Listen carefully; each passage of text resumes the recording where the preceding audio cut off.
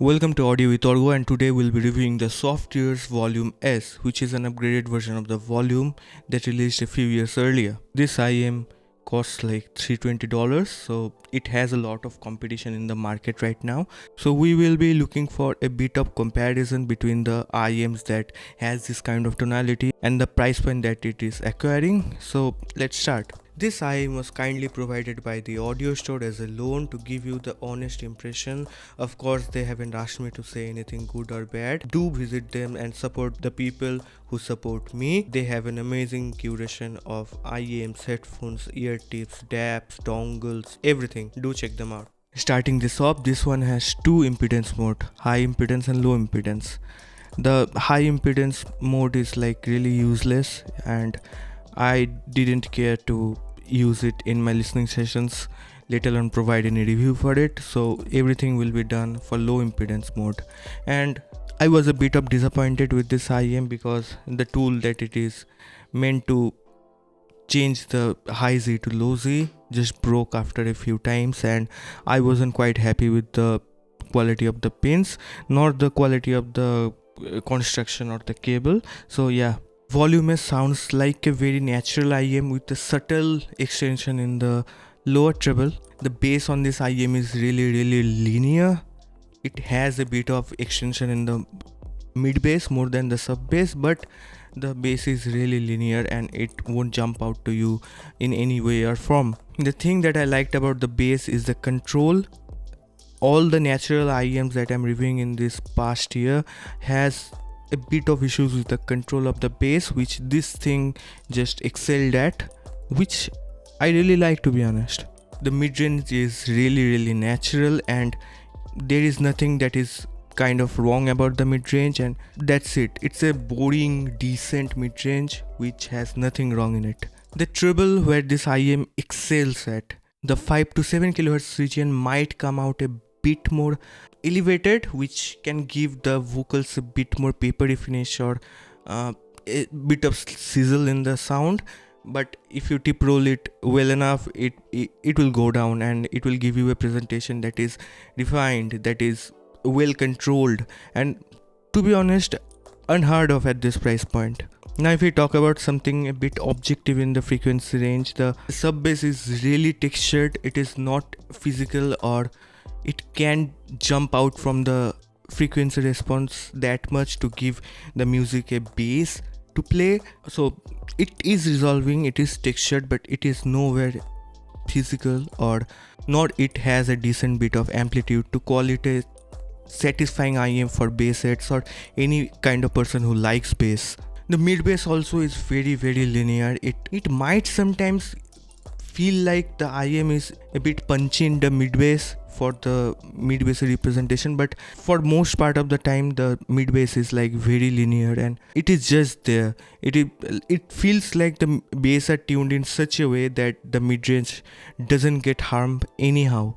So I don't think bass is a strong point of this IEM. It is just there to give you a very natural and neutral feeling. Not natural, I think I would need a bit more bass to call it a natural IEM. It is a kinda neutral in the lower half. The mid-range is kinda a very good thing if you are a subjectivist, but as an objective listener, I would have liked a bit more researched mid-range, especially at the 1 kHz to give the focus to the staging a bit. But if you love vocals, this is a really good IEM.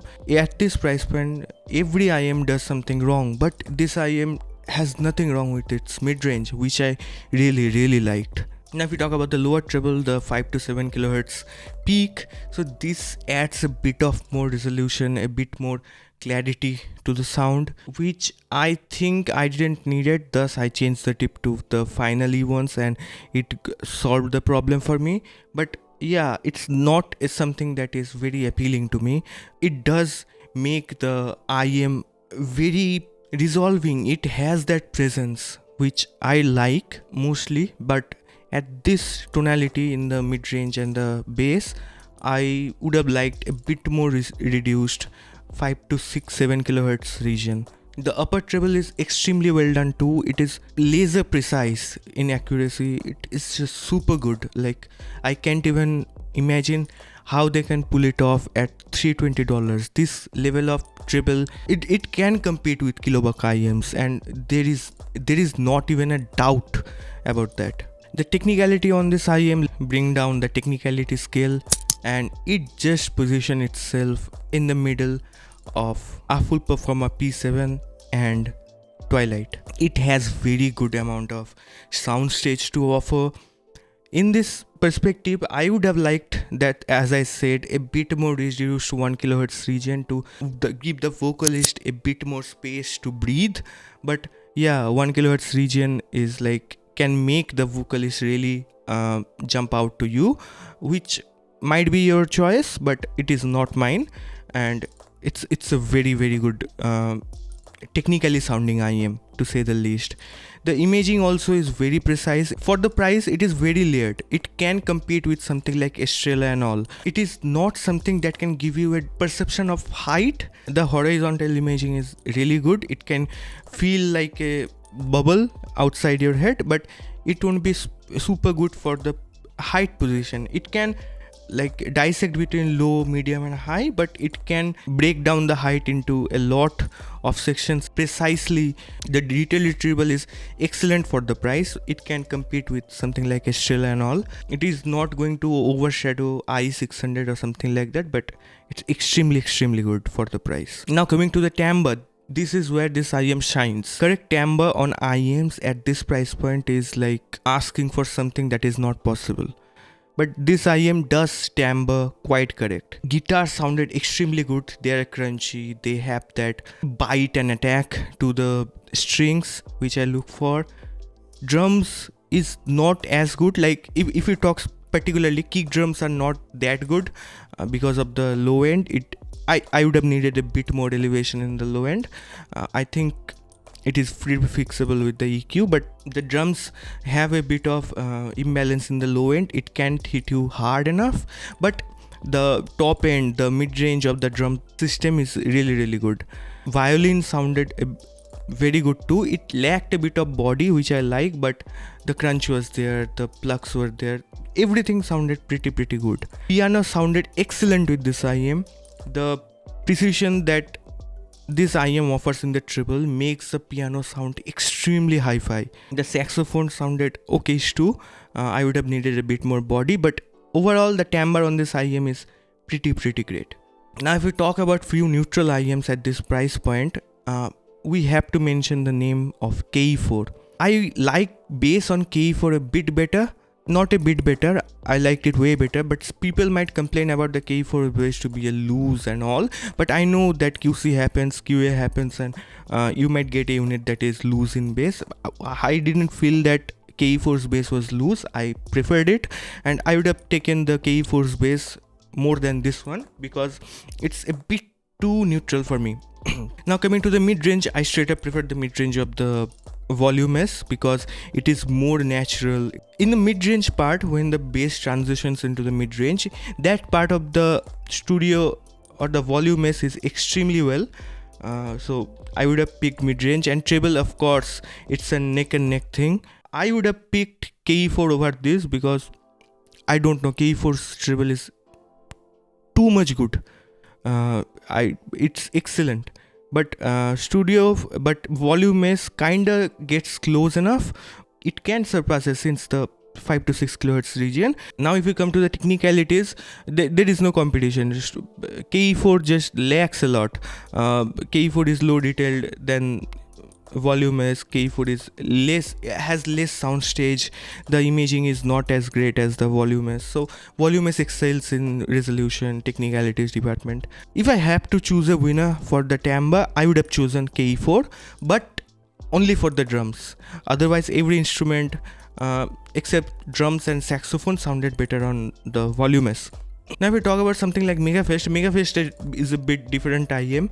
The things that I liked in Volume S over the Mega5EST is the resolution, it is the imaging, it is the soundstage. But the things that I liked in Mega5EST that is better than this one is the bass. Bass is huge, a lot better in Mega5EST. The treble in Mega5EST is not quite there if you compare it to the Volume S. The mid-range though, In the lower mids, I would prefer the Mega5EST, but in upper mids, I would prefer the Volume S. Now, if we talk about something like resolution is way better to me in the Volume S than the Mega5EST. At the end, if we talk about its closest competitor, the Studio 4. Studio 4 is a different IEM. The mid bass is a bit punchy in the Studio 4. Mids are a bit better too, but where it just falls off in the presentation is the treble. Treble is a bit darker in the Studio 4, where in the Volume S it's a lot more refined and according to my preference. So I would pick Volume S moreover than Studio 4 any day. If we talk about the objective performance too, like the texturing, the details, the soundstage imaging, everything is better on the Volume S. Now I will release a video about ranking the new meta IEMs, stay tuned for that, but I don't think there is a better deal right now than the Softears Volume S. If you care about a very natural and neutral, not natural, sorry for saying that again and again, a very neutral kind of signature, I think it's a very linear IEM, which I like quite a lot. Now coming to the things that I don't like about this IEM is the fit. The fit on this IEM is not for me, and the construction feels cheap. Again, this thing feels cheap. There is no need to give the high impedance mode. They still gave that. I don't know why. It sounded pretty bad, and I think I developed a bit of imbalance while using this IEM. So I can vouch for robust QC or QA. Yeah, this is my take on Volume S. I really liked it. It's an super set. It's an amazing solid set. So stay tuned for my next reviews, and bye.